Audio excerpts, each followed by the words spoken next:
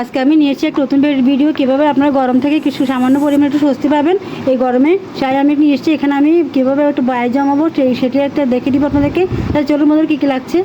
Meet and cooking রেসিপিতে সকলকে স্বাগতম জানাচ্ছি। আজকে আমি একটা নতুন ভিডিও নিয়ে এসেছি, সেটা হচ্ছে গরম থেকে কীভাবে আমরা স্বস্তি পাবো, কীভাবে আমাদের তো অনেকের সামর্থ্য নেই আমরা এসি নেওয়ার মতো।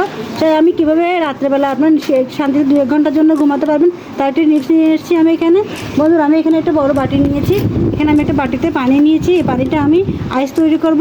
আইস তৈরি করার পর আপনাদের সামনে আবার নিয়ে আসছি। এটা 3 থেকে 4 ঘন্টার মতো এটা ডিপ ফ্রিজে জমিয়ে আমি আবার 4 ঘন্টা পর ফিরে আসছি। 4 ঘন্টা পরে ফিরে এলাম। এখানে আমি যে পানিটা রেখেছিলাম একটা বাটিতে, সেই পানিটা জমে আইস হয়ে গেছে। আপনারা যেখানে যে রুমে ঘুমাবেন, বেডরুমে বা ড্রয়িং রুমে 2 জায়গায় দিতে পারেন। যখন ঘুমাবেন আপনার যখন যেখানে ফ্যানটা থাকবে ফ্যানের মাঝামাঝিতে সামনের বাটিতে রেখে দেখবেন যে এটা যখন বরফে চারপাশে ছড়িয়ে উঠবে তখন ফ্যানের বাতাসের মাধ্যমে আপনার ঘরটা শীতল হয়ে আসবে। অন্তত 3-4 ঘন্টা আপনি স্বস্তি পাবেন। তো ভিডিও যদি ভালো লেগে থাকে একটু লাইক দিন, কমেন্ট জানাবেন কেমন হয়েছে। যারা এখন আমার চ্যানেলটা সাবস্ক্রাইব করেন তাদের কাছে জিজ্ঞেস করে চ্যানেল সাবস্ক্রাইব করলে যদি ভালো লাগে বন্ধুদের মধ্যে শেয়ার করুন। তো আজকে মধ্যে বিদায় নিচ্ছি। আল্লাহ হাফেজ।